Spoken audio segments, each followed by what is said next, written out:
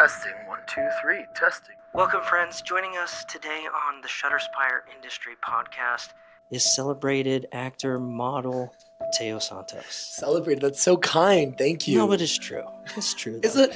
So, like, when you're doing your bio or when you put your resume out there, it's actually not the time to be modest. You're right. You're right. You know, it's not the time. This is when we tell everybody how amazing you are. And let me just speak from the heart for a minute. Teo is a friend of mine for a number of years now, and he is celebrated by me. Teo's a really amazing individual, and let's just kind of dig into why. I mean, what makes a Teo?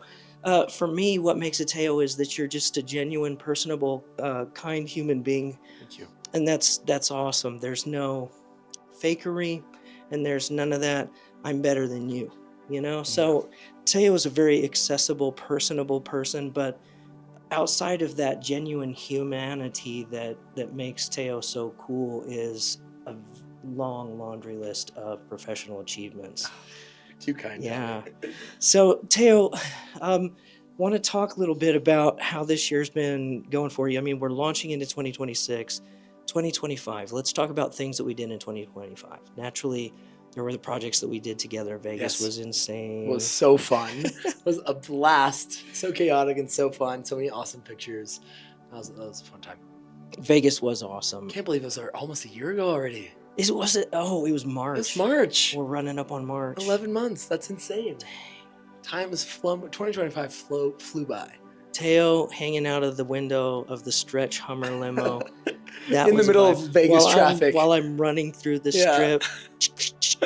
Clickety click.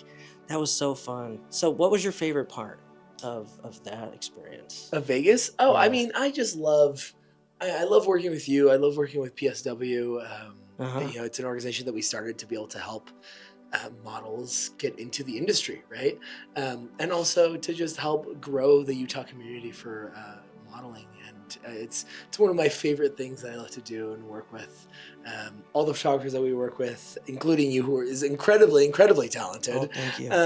And yeah, it was such a fun time. And I don't think we've never actually gone outside of Salt Lake, really. I think we've got a Bountiful for the PSW brand, for anything PSW related, and so it's really cool to collaborate with you. But you're always on a Delta flight. Oh my gosh, literally, like when you're not on a Delta flight, I'm on a Delta flight, looking at you on the back of the chair because you're legit a model for Delta. Yes, and thank goodness they re-upped their usage on that, so you'll be seeing me a little bit longer on that for at least another 2 years. That's awesome. Great. So yeah, this is a familiar face you're probably gonna see.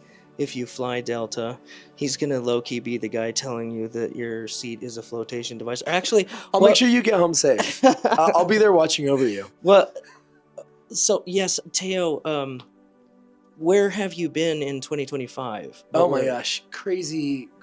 I have gone to Cannes, I went to Switzerland, I went to Milan, I went to London, Toronto, Brazil twice.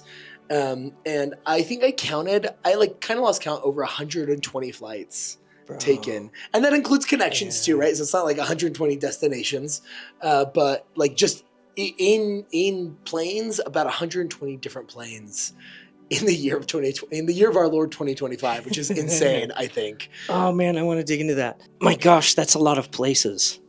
Yeah. But I mean, this is your living, you know. This is what you do. Yeah. Sometimes I have to tell you, because I've started to travel a lot more for productions around the world. Yeah, you have. Like, what is it? What's the list for this coming year? It's like he's going to like 10 different places before June, I think. No more. I think it's like maybe 15. I don't know. We're gonna hit some bucket list spots for sure. We're gonna be in New York a few times. We'll be back in Dallas several times. There's a big production coming up in, February, like in a few more days.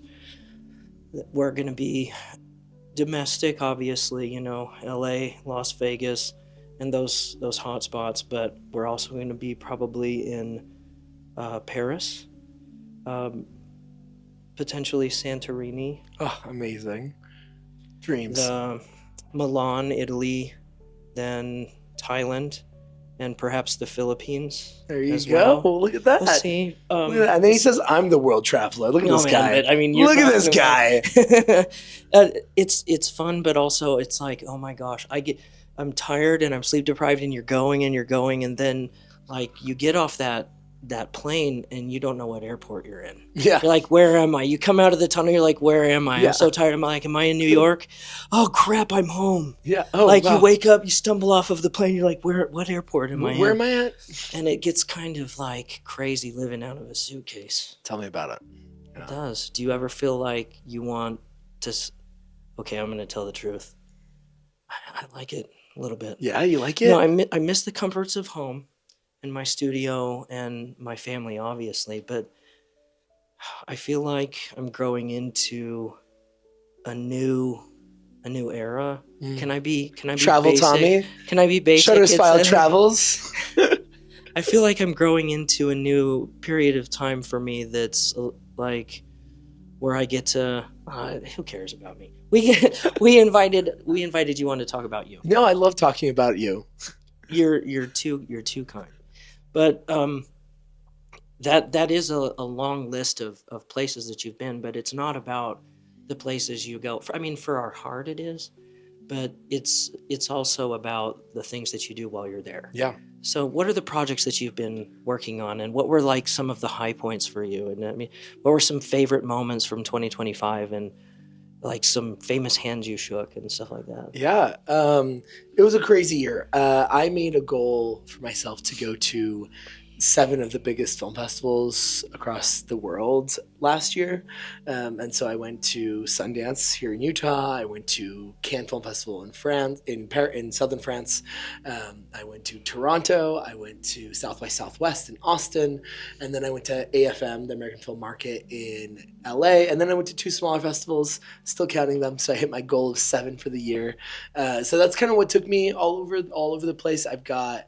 About 2 years ago, 2 or 3 years ago, I started getting into producing. And so now I have a full slate of films that I'm currently working on producing. And that's been a lot of fun. And so it's been going to these festivals, trying to either find financing or make connections with people at these different events that I've been going to. And it's been a lot. As for highlights, I have an episode that will be airing in the next 2 weeks for a show called High Potential on ABC, episode 13. As long as my scene doesn't get cut, you never know. As an actor, your scene could get cut. But you got paid.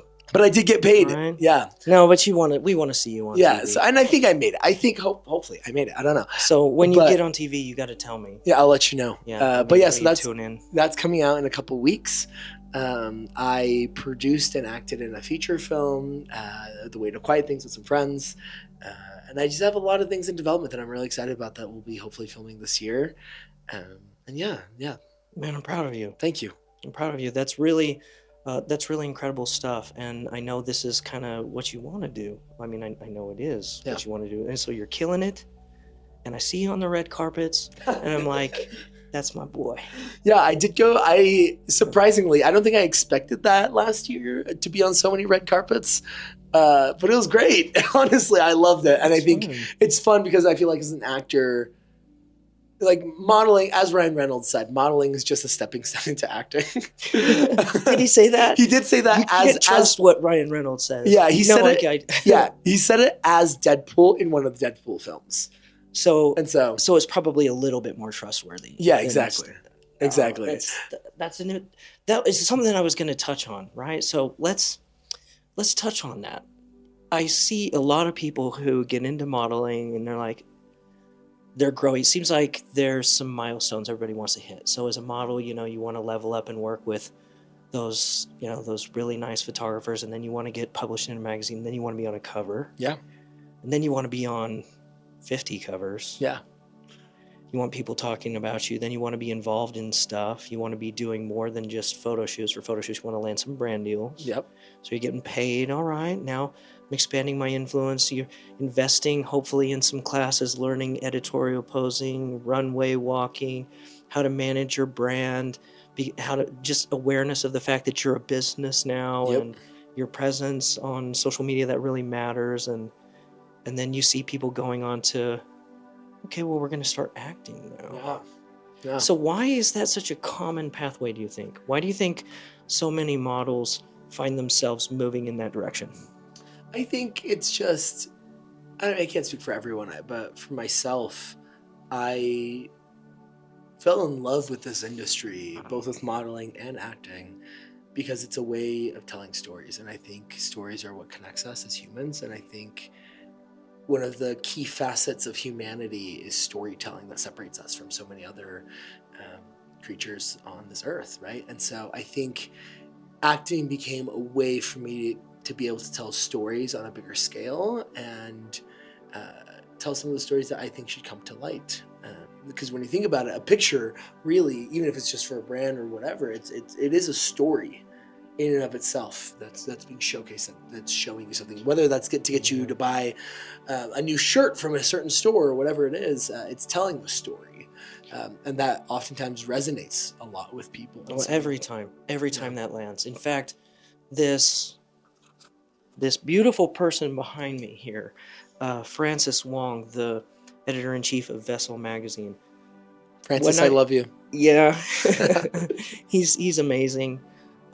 Just so much more than a friend. This is a very special individual in our community, and he taught me a really important lesson. I say this often. If I've already said this to you, forgive me. But when I met Francis, he calls me up on the phone the next day, and he's like, so I got to tell you, you take really beautiful pictures, but there's no story.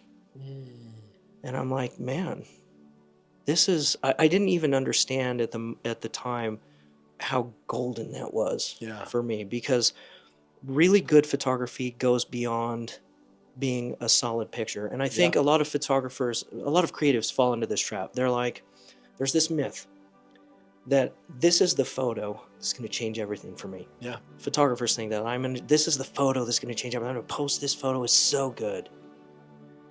And it doesn't work that way. You need to start thinking, like I had to start understanding, not just thinking about things this way, but I had to start understanding the psychology of storytelling, and that's a really good photo, great. But where is it going, and where did it begin? There needs to be a story, because stories grab you. And, good photos are, it could be that there's a frame that's just really compelling. That's true. But where are we going with this? When there's a story, that creates memories. Yeah. Creating memories builds a brand. Like, you need to be instead of in the business of just like taking really incredible imagery, photographers and filmmakers need to find themselves in the business of making memories. Yeah, making memories. Simon Cowell on America's Got Talent, or of course, American Idol, all the Idol. Things. Love Simon. So he's often credited as saying like it wasn't memorable, or it was memorable. Yeah. See, that's the standard. That's the standard. Will people remember make you? A memory? So so we're talking about modeling, still images, and then moving into motion pictures, pictures that move. Yep. As somebody who's active in both disciplines of still imagery and motion pictures, I would never begrudge somebody that pathway. Yeah. Or at least wanting to exist in both worlds, because I love to exist in both worlds. I love the way you can tell pictures with motion. Tell stories with motion in movies, and I love like the art of cinematography. Oh, it's beautiful, isn't it? Right? You sit down, you watch a movie, and there's to an extent, I feel like becoming an actor and now filmmaker with producing has kind of ruined me, because now like I'll watch a movie and I'm like, oh my gosh, I love that shot, and then I'm like, shut up, Teo, just enjoy it. And then I'm like, no, but this shot is so beautiful, and then I like open my phone and everyone in the theater hates me, and I like write down like, remember this shot from this movie at this time point, because it's so beautiful. The cinema, it really is an art, right? And we have friends like Drew over at 43 Productions, who's an award-winning storyteller because of a firm command of the art of cinema. It really is incredible. So you hit on something that was not lost on me just a minute ago. You said it's also about which stories should be, which stories deserve a voice. Yeah. What were some of the stories that were really compelling for you that you told in in 2025 and launching into 2026? What are some of the stories that you're really excited about telling? I'm really passionate about stories that have some impact, that have like an impact focus. And so one of the stories coming up that we're going to be shooting in April is about mental health and AI, because it's such an interesting space. I mean, we all heard about the story about the kid who committed suicide, unfortunately, because his ChatGPT girlfriend broke up with him. And everyone uses, I mean, you use ChatGPT to, like, this person said this and it made me feel this way, and why, or like, how should I respond? Should ChatGPT be your girlfriend? Yeah, I know. That's the other question, Can it right? possibly replace human connection? Yeah, I don't think it can personally, but No. people use it for mental health purposes all the time, and I think it's such an But it's interesting. also not a licensed therapist. It's not. It's not. And so that's kind of what the film touches on, and with some other themes as well, like grief and and social, a lot of social connection. And so that's one story I'm really excited about to be a part of and to be producing, as well as a couple others that will be coming up. So I'm very forthright with the fact that I use AI. Yeah. Not to create images, not in the way people would think, but it's a huge time saver for me when, for example, I have somebody come on here and 1,000%. we talk like this. Yeah. And maybe I want to disseminate the same intelligence that we've captured here, Yeah. like the Teo knowledge. Maybe I want to share that with people in a magazine article format. Yeah. So I can feed the video that we record here and this audio as well into like Google Gemini or Microsoft Copilot or ChatGPT, and I can say, make an article out of this that follows industry norms for an interview or suitable for publication as an editorial spotlight on Teo. Yeah. And for context, here's some of his social media links, here's some background on him, here's some projects we've done, here's some images I've taken of Teo. Make a magazine article out of this. Yeah. And it gets me about 70% of the way there. Yep. And now I just correct things that he got wrong. Yeah. I was like, no, he doesn't have 5 He fingers. Have that dog. Yeah. So I don't typically deal with those kinds of inaccuracies so much as every once in a while I'll do an interview and it'll flip things, like we went to school in the day and worked at night, and it was actually the opposite that was true for the person I was interviewing. But I'll use it to translate things so that I'll interview people in other languages. Yeah, it's great. It's tremendously useful, but I feel like just like anything else, it can be abused. And right now there's no general guidelines for everybody because it's so new. Yeah. It's like we just invented gunpowder. What could go wrong? Yeah. Bad things can happen, like you just said. No, exactly. And I think AI as a tool is incredibly great, and using it like to help improve workflows in the editing booth, and editing things. I think it's so beneficial. And I am a big advocate for the bottom up use of AI. Us using AI to, you get an indie filmmaker that only has $1,000 to make a short film or something, and with AI, he can now tell us a sci-fi story that you would only be able to tell on a multi-million-dollar budget, right? And so I think that use of it is just so good and so powerful, and there's so many good things that it can do. But there's the ethics of the thing too. Yeah, and then there's the ethics of the thing, and are you being honest about it? Because for me personally, if somebody is generating something with AI and they're not telling the truth about that, do you feel deceived a little bit? You're like, do you feel a little lied to? If somebody's putting an image in front of you and you're like, oh my gosh, this is the most incredible photo I've ever seen taken. Yeah. And it turns out it wasn't a photo and it wasn't taken. Yeah. And it's not even a real person. Do you feel a little lied to? Yeah, I don't know. I feel like I think one of the biggest things I took out of college was it truly taught me to be a skeptic. And my degree is in biology, and so I worked as a cancer scientist for a little bit. And so, I mean, when you're doing research, I mean, you are supposed to be a skeptic. You're trying to prove yourself wrong in order so you can find what's actually right. And so, I think in the advent of AI, I very much approach it kind of in the same mentality that I kind of assume everything that I'm looking at that I just don't know. Is it AI? Is it not? I don't know. And if it is AI, I'm like, yeah, that makes sense. But then if it's human, I'm like, oh my gosh, That's like a human made that, and that is always impressive to me. 10 out of 10 times. Then if you tell me a robot made something, I'll be like, yeah, of course a robot made it. But I think it's so much more interesting when a human made art, I think, is so special. I think for me, the thing that makes human art so incredible is that it represents, first, it represents artistic expression. Yeah. So they're showing you a window into their heart, into their soul. And what they're wanting to tell, right? Right. You get to see a piece of that person's innermost soul, their identity, like who they are. But then beyond the expression, it also represents in practicality a slice of their life that they'll never get back again. Yeah. When you hold one of my photos, you're holding a portion of my life. Yeah. You're holding my heartbeats in your hand. Yeah. The time that I was alive to create it, that I'll never get back again, that I chose to express myself in that way for the people that look at that story, like that's a finite resource. Yeah. To me. My heartbeats are more precious than gold. And Yeah. you're holding them. Yeah. And it's crazy as an artist. And I think Guillermo del Toro said something amazing about this last night. I was at his premiere at Sundance for the remastered version of Chronos, which came out in, I'm gonna butcher, I think it's the early 90s. So cool. Don't fact check me. But it was the remastered version of it. And he says, excuse me, he says that all of his movies are his own biography. And so whenever you watch them, you're watching literally the story of his life and how he interprets and how he views life.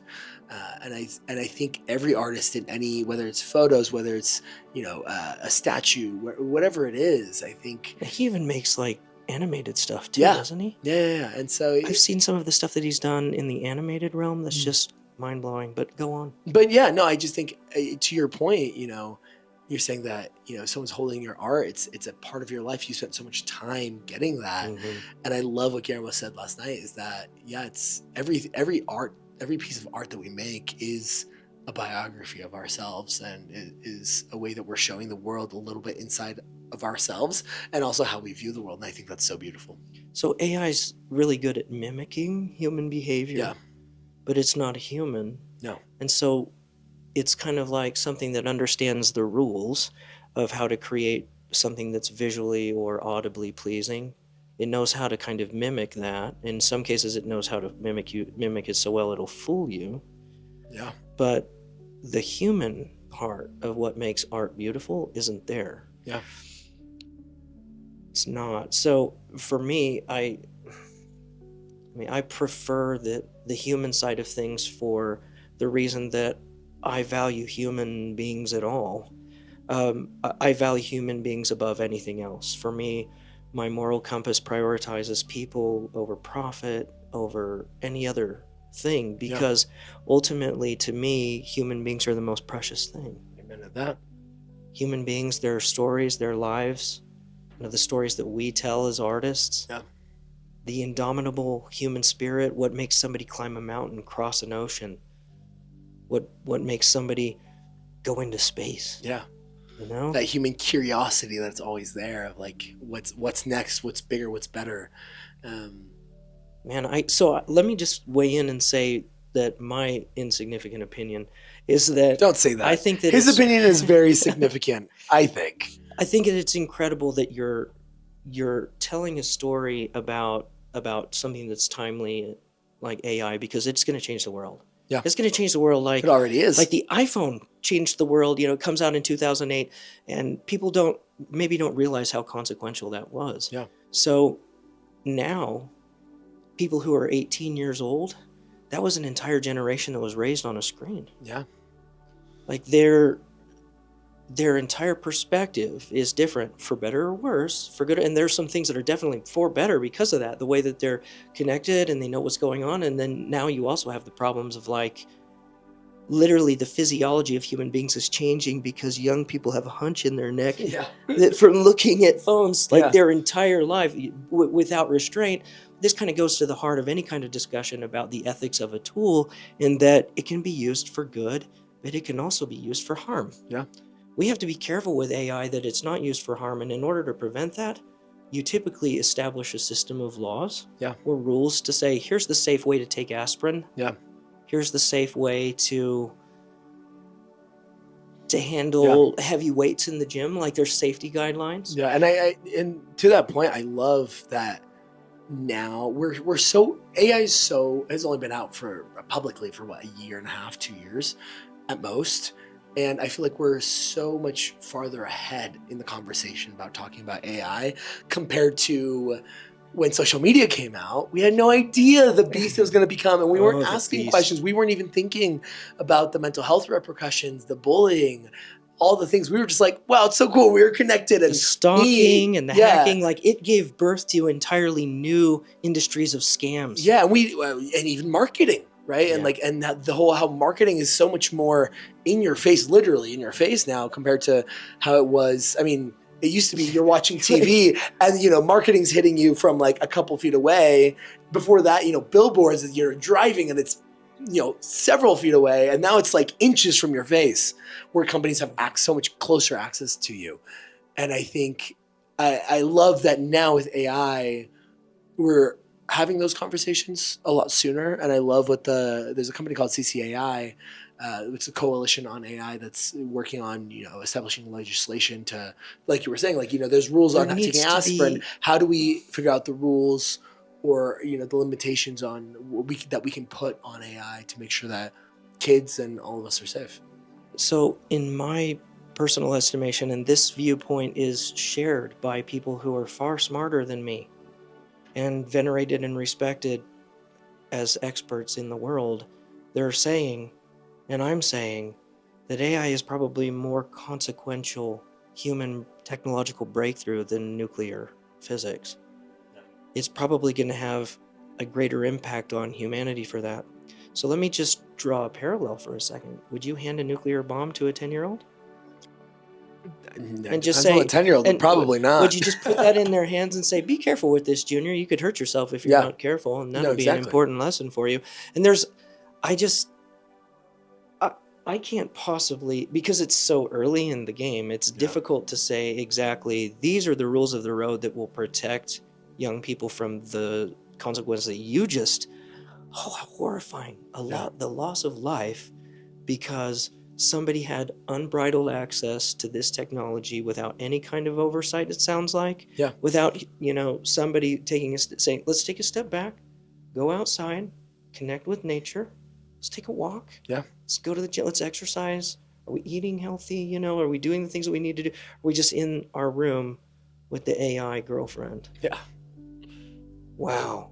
That's going to get depressing. Yeah. That's going to get depressing real fast. Oh my gosh. But I'm glad we're at the forefront of that conversation, right? Whereas with social media, I mean, it's now that I think was it Australia that recently banned social media for kids under the age of, I think it was 16 or 18 or 14 or something like that. And now, we see there's so much research out there showing how bad social media can be for you when you're young, that now they're taking precautions, 20 years later, not 20 years later, but almost 20 years later. Yeah. And so with AI, I think it's about 20 years. I know. Wild. 2008. Yeah. It's almost 20 years.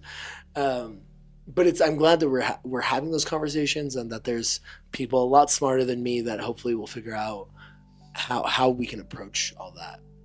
It would be difficult for us to kind of shoot from the hip and say, this is exactly how you solve problems with that. And it's also worth saying that no law is perfect because it doesn't treat to the individual situation of every human being. And so in some cases, you've got a really great law that has some side effects. Because really bad side effects.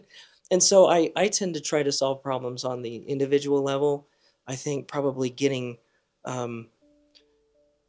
mentors, guardians, parents involved early, having productive conversations with young people and experiencing this, learning with them, a voice of reason, sanity guidance, probably helpful. Yeah. But it's loose on the world. It's loose in the creative industry. And we've both seen the meme, like, I wanted AI to do my laundry. I didn't want AI to make art. Yeah. Right.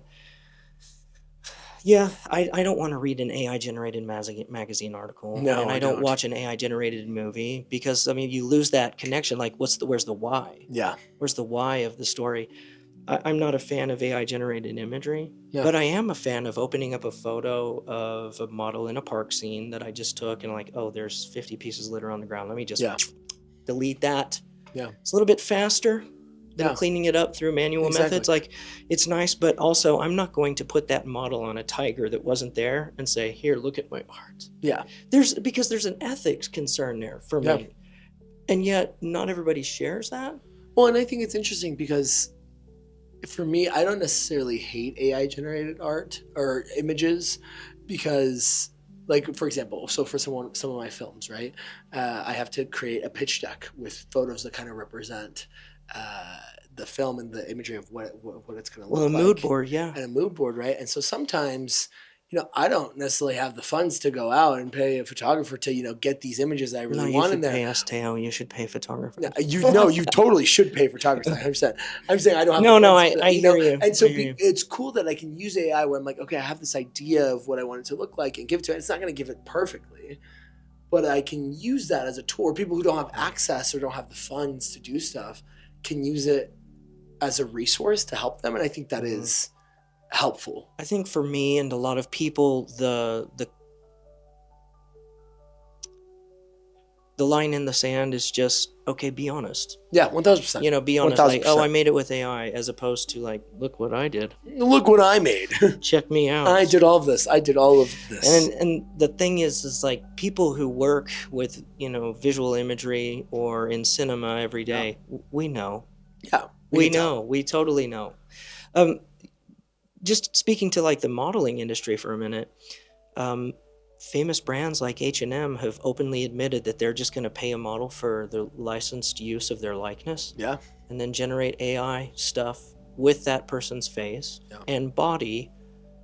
And the models are like, yeah, I got paid, but nobody else did. Yeah. No photographer got paid.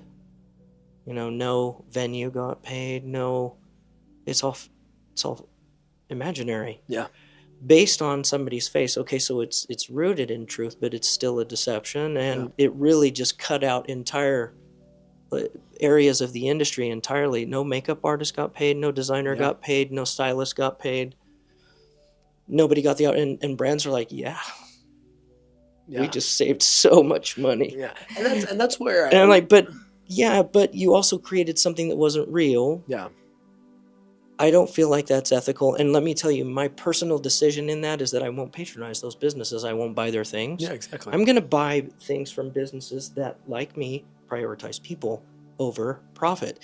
In this situation, it's clear to me that H&M has prioritized profit over people. Yeah. It's more of a symptom than like the root cause. Yeah. I mean, it's more indicative of the fact that we've got this powerful new technology and not really a good grasp on how to use it safely, ethically.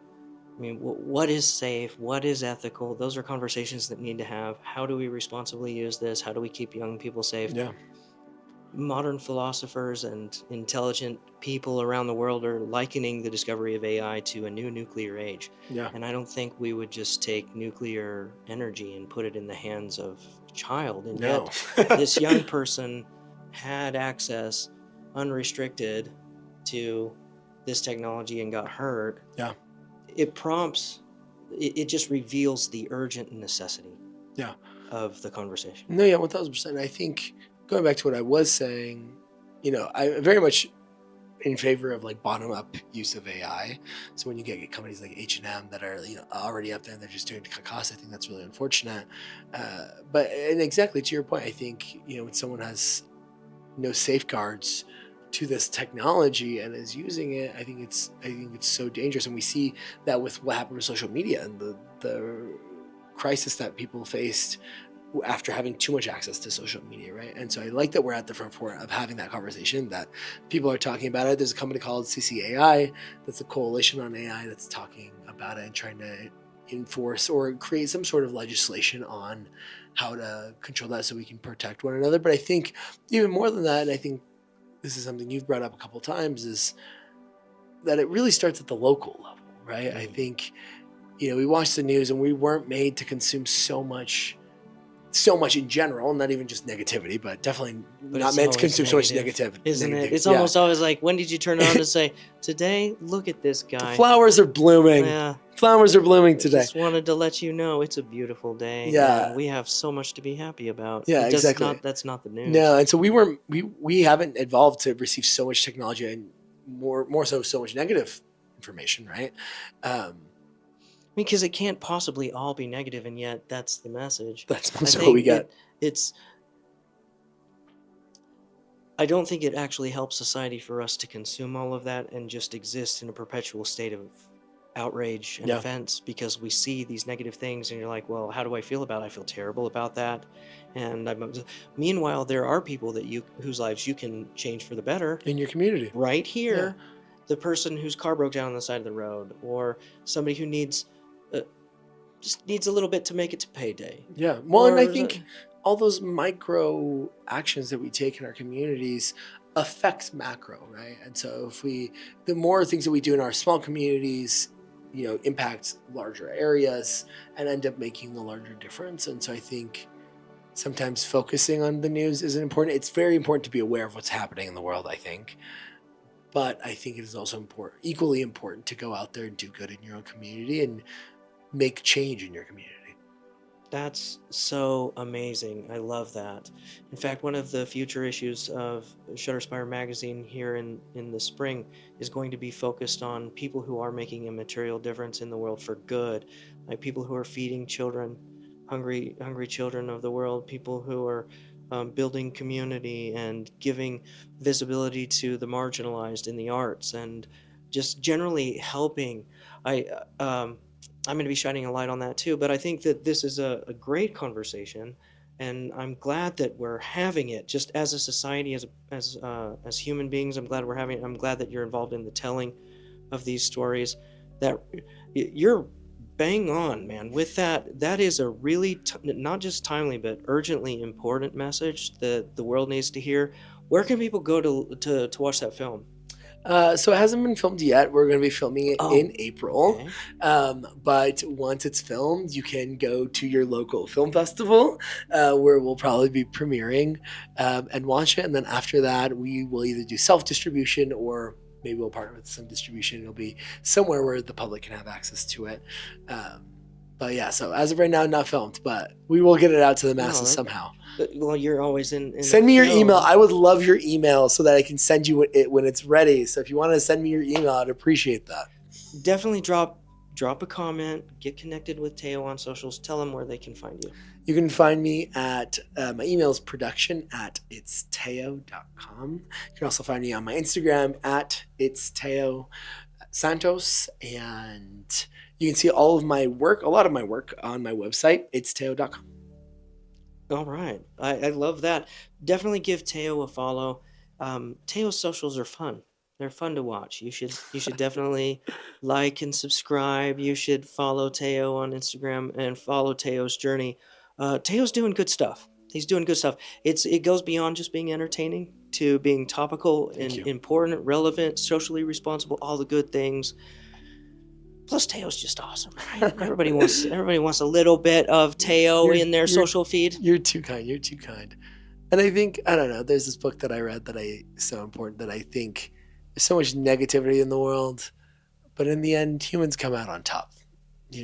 Things always end up progressing to the right place, and that humans always end up on top, and things always end up turning out for the better. And so there's going to be some crappy things that happen, but along the way, it does tend to trend that way. And let me just say, I agree, like a lot, that over time the human condition continues to progress in positive, beautiful direction. We have setbacks, like every once in a while you have a really bad actor that starts wars in Europe or something like that. But for a second, I thought you meant just like a really bad actor in a film. No, but not like that. That too. That does happen sometimes. But sometimes there's people with bad intentions who do perpetuate bad things in the world, and it's unfortunate. You see that character. I think the famous quote from Batman is, "Some men just want to watch the world burn." Yeah. But there's more of us who want to watch the world grow. Yeah, amen And to so that. overall, it does get better. The stock market goes up. The human condition does improve over time. More and more people have access to life-changing technologies, healthcare, clean air, clean water. We're making things better. Yeah, no, we We really do are. make a mess, and we see that, that human beings are Definitely. making a mess. We do some damage.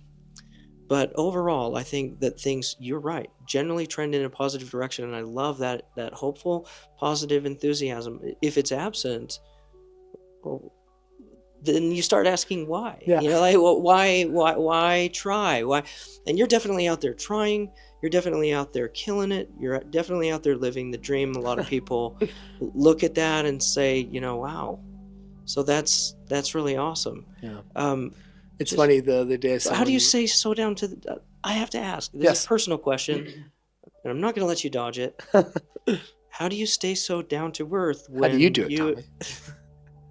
Dodged. Okay, that was artful. Thank Thank you. That was a very effective dodge. I am Maybe we can both talk about it from Yeah. our own perspective. I am an artiste. I'll go first. I try to stay down to earth by just always connecting with people. I've learned through a series of painful personal experiences over a lifetime that people find out when you're not honest, especially women, because they're so smart. And this isn't a confession of terrible guilt. I don't use people, but it just, people find out who you are. Yeah. They find out what you're about. There's really no hiding it after a while, because there's no concealing an ego. Yeah. There's only killing it. Yeah. If it exists at all, it'll toxify every relationship that you have. Who you are really does begin to come out. And so it's in everybody's actual best interest to be working for the best interest of someone else. Yeah. Economically, it's better. And we talked about that in the last episode of the podcast. I keep saying issues of podcast because of the issues of magazines that I publish. But it turns out that with economics, your presence is valuable when your absence is costly, and vice versa. In other words, when you're actively helping to lift someone else, they want you there, and they'll pay you to be there because they don't want to pay for your costly absence. Yeah. They want you to be present. Yeah. Your presence is valuable to them. So being actively invested in lifting someone else is really good for business. Yeah. But it's also good for life. Yeah. It's really good for life when you're actively pursuing the benefit of the other human beings around you. I stay down to earth just because I remember, if I'm not, people find out. Yeah. You're only as good as your reputation in this industry. Yeah. Like, how can you outgrow the blight on your reputation of being found out to be just utterly A terrible without human. compassion, Yeah. without Someone care, with no concern, empathy. or regard for other people? Right, Yeah. exactly. That needs to be there. That ethos needs to be part of everybody's professional persona. It really can't be separated. I stay down to earth by just constantly remembering how lucky I am to have the grace I don't deserve. How lucky I am to have all of those gifts. Keeping an attitude of gratitude. Yeah. And remembering one very important fact. Which is? I'm not better than anyone else. And neither are you. Yeah. Turn that off. Turn that off immediately. No, you're not. You're not better than anyone else. Yeah. What you have doesn't make you better. Who you belong to, no. Where you go, the things that you've done, you're not better than anyone else. And if you can begin to understand that, then everything changes in the way that you speak, act, move, treat other people. It all improves. Yeah.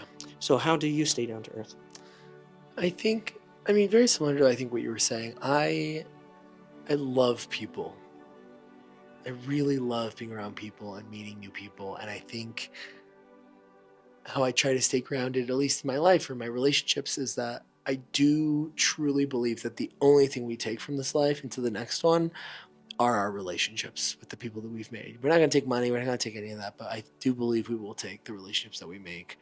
And so now, why not invest in those relationships, whether it's platonic, romantic, business, whatever it is. And so I'm just genuinely curious and interested in people and what people are up to. and I love supporting people in whatever they're up to. And so, yeah, I don't know. I really love just connecting with people. I think that keeps me really, really grounded.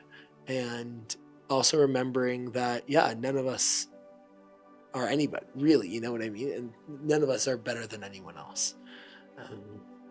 Yeah. I would just, as a thought experiment, venture into the philosophical question of what if you couldn't even take that with you? I say there's still value in leaving a legacy of love, because even if you can't take positive relationships with you, you can leave positive relationships behind you. 1000%. There shouldn't be a fire at all times in your rear view. There shouldn't be devastation in your wake. There should be where your feet have fallen, and whatever has your fingerprints on it, you should leave better. Yeah. 1000%. I mean, there's that whole quote that people might not remember who you are or what you said, but they will remember how you made them feel, right? And so 1000%, I think whether or not we do take, our relationship into the next life, that shouldn't be the primary motivation, but rather that we want people to feel good, and that we want people to be happy and to leave a positive impact on everyone around us. Amazing. Yeah. Well said. I kind of want to just pick your brain really quickly about this question. Let's hear it. What do you... Don't ask me how much money's in my bank account, please. What do you hope and dream for yourself in this year and in the coming years? Where do you want to see yourself go as a brand? What are the things that you hope for yourself in your personal life? What are the goals that are driving Teo right now?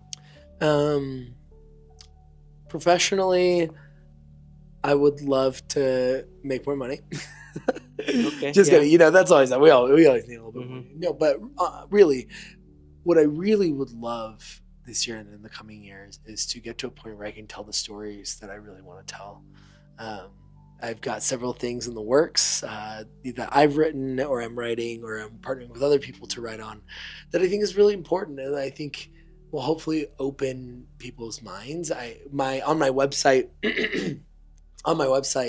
and kind of the ethos of my career is that I believe that films and filmmaking and art is a pathway towards empathy.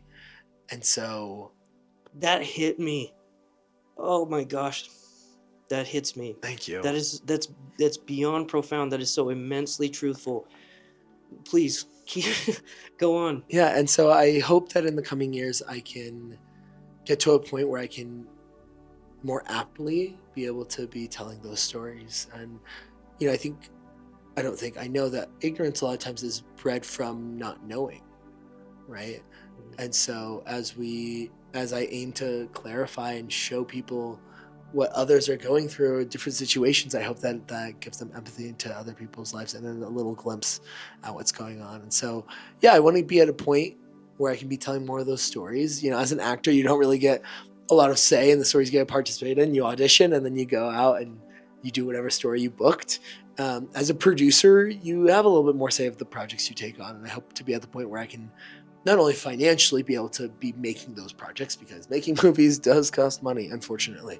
And so, financially, I can hopefully be at a point where I can be telling the stories. But also as an actor, I would love to be able to be and participate in the actual telling of those stories in front of the screen as well as behind the screen. So what you're describing, that goes beyond producing. You said you're writing, and that's... Lightly. I'm impressed. I'm not a good writer. I'm really not a good writer. I'm impressed. But I have friends that are really talented writers that go in there and do the clickety-clack. That's really cool, though, that you're helping to craft those stories. I'm going to butcher the quote, but it's been said, and beautifully so, that one of the most effective cures for bigotry is to travel. Yeah. It's easy to look at somebody with disdain from a distance, but when they're right in front of you, you see a person. Yeah. And compassion it flows more generously. Yeah.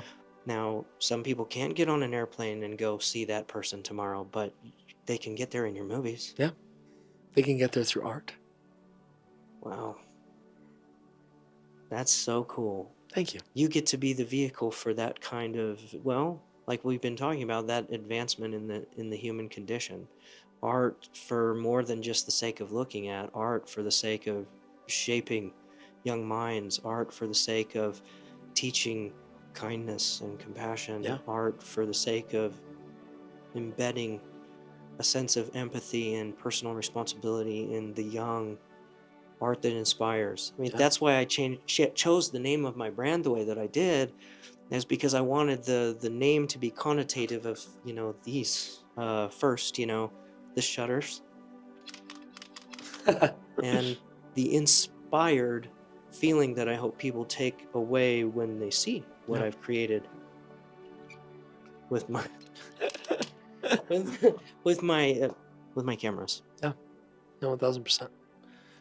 So And let's that talk. can, Let's talk a little bit. Oh no, go ahead. no, and that can also be done in so many different kinds of things. It can be done in an editorial photo. It can be done in a commercial photo. It can be done in the cool $200 million action film. It can be done in the super indie romantic comedy about two people falling in love. It doesn't always have to be that in your face, which is great when it is sometimes, but it can also be in everything else, because I think that is really what makes us human.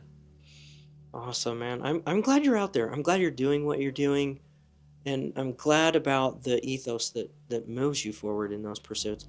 And I can't help but think that has been shaped in some small part by the literature that you're immersing yourself with.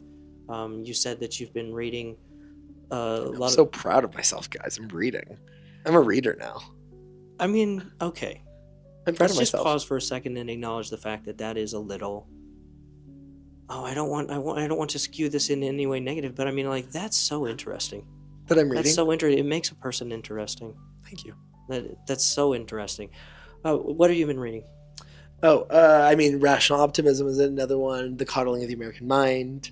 Fell absolutely in love with a book series called Red Rising. It's basically, if you take, I would love to be in the movie or to help tell that story because I think it's so dope. But it's basically the Roman Empire in like the year 2500, and like humans are in space and have like conquered the like our galaxy, So it's a or our solar system, I should say, and it's just basically humankind repeating itself as the Roman Empire in space, which I think is really cool. And so I read all 6 of those books Is in it like 4 months. As if the Roman Empire were never overthrown and just continued into the future? No. Roman, like human history has continued 2? the same way. It's basically Roman Empire Part 2, which I think is so interesting, and I thought it was so fun to read. And then I realized that I really don't like self-help books. I really don't like them, but I do really like psychology books, and psychology books that have that talk about the human condition, and that maybe have a little self-help flair to it, but isn't like in your face, like do this and you'll be successful. I'm already doing that, and I know I'm getting to be more successful, but anyways, I'm not a big fan of self-help books. Don't hate them if you like them, great, love that for you, more for you. But I love psychology books, and so the book I mentioned, Stolen Focus, a book called Essentialism. Have been some really fascinating books to learn about and to kind of change some of the habits that I have from having read some of those books. That's fantastic. What authors do you think are making a positive difference right now? Gosh, I'm really bad with author names. Hey, well, you know what? Then just throw out some titles that you think people like. What are Teo's top 3 that people need to know? I think The Coddling of the American Mind is a phenomenal book that I think everyone should read. I would definitely say Stolen Focus as well. And then there's a book, what's the name of the title? Unreasonable Hospitality. I read that film and I read that book, and it is a phenomenal book, and I love it so much. And it's this guy, if you like food, you should definitely read it, because it's about a restaurateur who ran 11 Madison Park, which is a huge restaurant in New York, has placed, as best restaurant in the world, has won 3 Michelin stars. And while he worked there, the way they got there wasn't necessarily because the food was amazing, even though it was, but they attained that recognition because of their undeniable and unwavering prowess in pursuing hospitality. And he talks about how we should be a hospital in every aspect of our lives and in business and in everything we do. And it is a phenomenal book. There's several quotes from that I've hung up in my room in different places that just inspire me. That sounds really cool. Like the title immediately grabbed me as soon as you said it, like without even knowing anything else until you told me about it. The title is immediately compelling. I love the idea. Like it's codified into many social systems of law that that there's a social responsibility to be hospitable. Yeah. Like it's one of the, so Tale as Old as Time, as the song goes, is about Beauty and the Beast. Yeah. And what happened to the one who was inhospitable. Yeah. So, I mean, society has long acknowledged the fact that it's a vice to not be hospitable and a virtue to be hospitable. I love like the psychology of exploring what happens when you really double down on being super hospitable. Like that just feels like love to me. Very cool, very cool. So maybe we start seeing like Teo's top 3 titles. Oh yeah, maybe they'll start coming out year after year. Yeah, we'll see. The books you need to know from Teo. I should make that into a reel. Have some content to post. Teo's top 3. Teo's top 3 books. I love it. Teo's top 3. And speaking of top 3, I was hoping to get top 3 tips from Teo about how models, aspiring actors, people who are in this industry can move forward. In my view, there are at least 500,000 things that are kind of in the way of progress. And so those are typically the topics of this podcast. Like, I'm going to help you figure out how to get your cash flow. Yeah. I'm going to help you figure out how to get that moving, or things to avoid doing on the runway for a really impactful walk, or stuff of that nature. When you look at the landscape today, what do you think are some top 3 things that aspiring models and actors need to know? I think first, a lot of times people wait to be in something or to get cast in something, or to be put into a campaign or something to practice what they want to do. And so I'd say practice. I think, if you're a model or you're wanting to model, you should be on Pinterest. You should be looking at photos that you really like and seeing different poses and practicing that in front of the mirror and doing that. And as an actor, you should be in acting class. You don't have to wait to act. You don't have to wait till someone casts you in something to act. You should always be acting. And so, making sure you're practicing and putting in that work. And if you don't have money for an acting class, read a book about acting. Memorize a monologue, tape yourself doing a monologue, watch it back. Did you do well? So I'd say first that, practice. 2, I would say learn as much as you can. I think nowadays there's so many resources for you to learn a ton of things about the industry, including this podcast. We talked about AI for a minute and how that's not a substitute for the time that you need to take to learn. Yeah. And AI can be a great course of telling you here's some general things. You can be like, okay, now dive deep, now learn more, right? And I think that's what also one thing that sets us apart is being curious. Be curious about the career that you're wanting to chase and how you do it. And don't be afraid to reach out to people and ask what their experiences have been. If anyone has any questions, please reach out to me. I'm more than happy to tell you about how I've gotten into this. And third tip that I would give is don't wait. Don't wait around for the opportunity to happen. Find those places where you can be in to create your own opportunity. There's a talk. What is it called? It's not a TED Talk. A speech maybe, given by Mark Duplass, who's a phenomenal actor and filmmaker, and he talks about the cavalry isn't coming. So don't wait for the cavalry. You are the cavalry. Become the cavalry and go out there and do. And I think there's something so powerful about that. And a couple of years ago, I was a little jaded about the industry in general. I was not jaded. I don't know if jaded is the right word, but I was a little disheartened by the industry because, as I was going to go to medical school. I was going to make my immigrant parents proud. And medicals, that track record, you never know what's going to happen, but it's much more laid out for you and the steps that you need to take to pursue that career. And I was very upset about how it doesn't seem to be one trajectory, to become an actor, to model. And so I was really upset, and I wasn't really sure what I needed to do. And I was telling my friend that I hate the idea of you have to be at the right place at the right time, because I feel like that leaves too much up to luck. And I like I like having control, which is also one of the bad things about my personality is I do like having control of things. And so, I hate having to just depend on luck. And I was talking to my friend Savvy, and she was telling me about how she has found so many 4-leaf clovers. And at the time, I didn't know 4-leaf clovers were rare.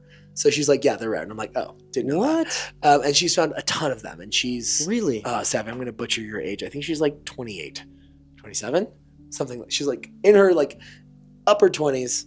So plenty of time. Plenty of time. And she's found so many of them. That's wild.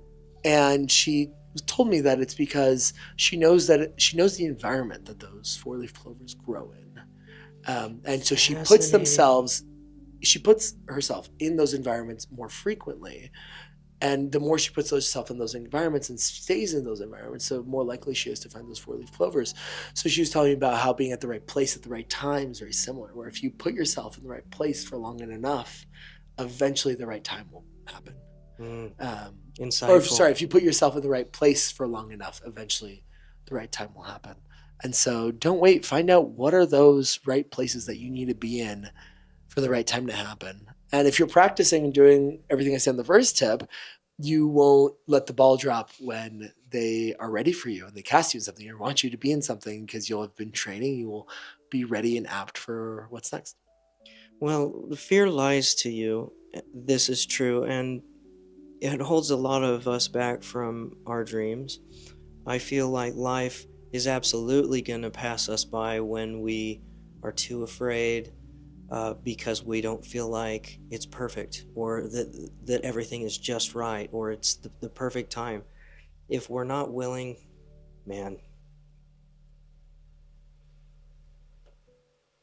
if you're not willing to be made a fool for your dream, it won't come true. Yeah. You have to be willing to lay it on the line. You have to be willing to be laughed at. Yeah. You have to be willing to fall on your face. You have to be willing to be disagreed with. You have to be willing to be uncomfortable. Yeah. For those things to happen, that means taking the risk of starting when you might not be ready. Because you learn as you fail forward. You learn, and your feet are moving in the direction that you want to be. As long as those feet are pointed in the right place and you don't stop going, you get there. Yeah. But yes, you must begin. You must begin. Yeah. Well said. Those are Teo's top 3 tips. Awesome. Thanks, Teo. You're welcome. Thanks for having me.